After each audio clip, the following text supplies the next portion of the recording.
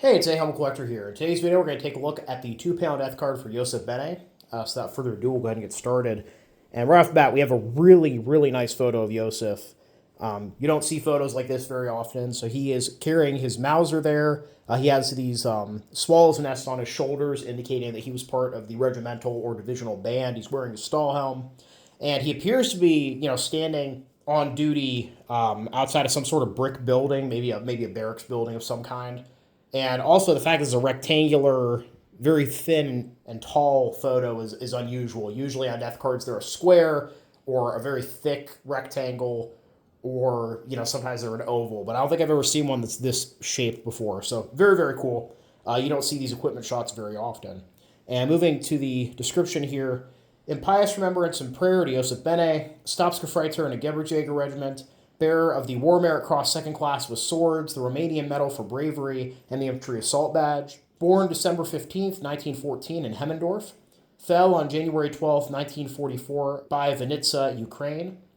And before we actually get into his casualty record, which I found there, I'd like to note that the Romanian Medal there is a bit vague.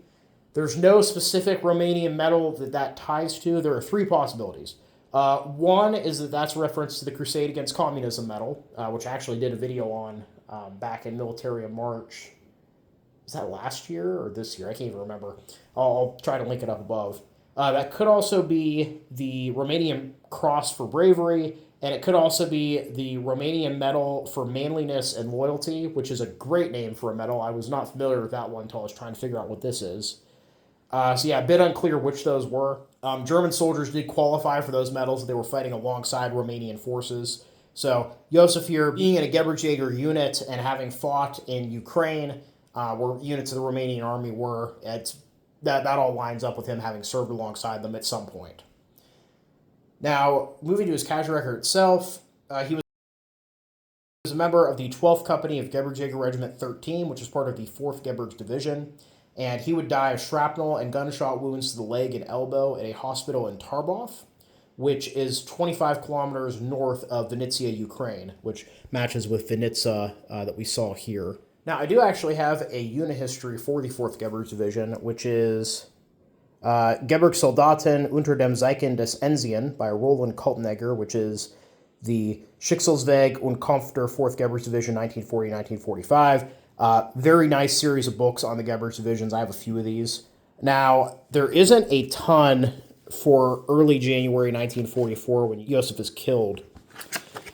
Really just a few paragraphs here before we kind of move past that point. But I did translate that just to get kind of a feel for what was going on. So per the book, after the evacuation of the Kherson bridgehead at the end of 1943, the 4th Gebirgs Division was transferred by rail from Kherson via Odessa to Vinnytsia.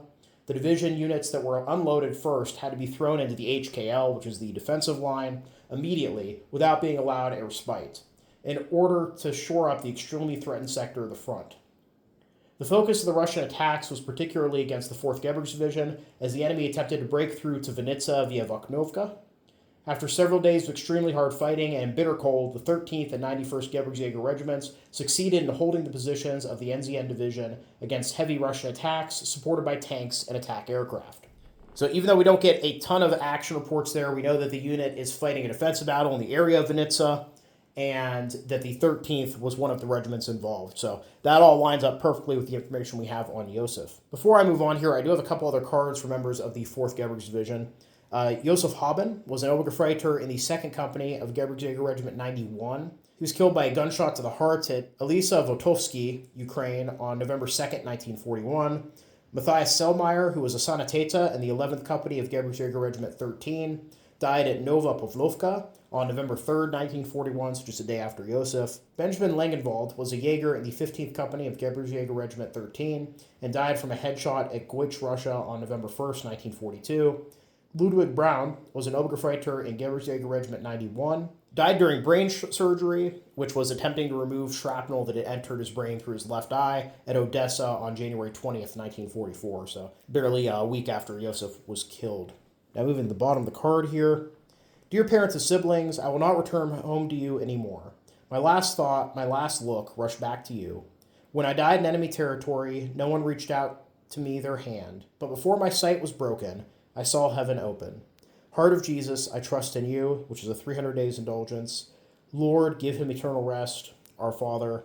And then moving to the very back of the card here, we have, in your death, O Jesus, you were strengthened by an angel. Strengthen us too in our death agony. So yeah, overall, really interesting card. Besides having a great photo here, we have a pretty decent amount of information on what was going on in the 4th Gebirgs Division at the time of Josef's death. And yeah, you don't see cards like this very often. Very rarely do you get these full body shots. Very rarely are they outside of a studio, and having his rifle with him is also very unusual.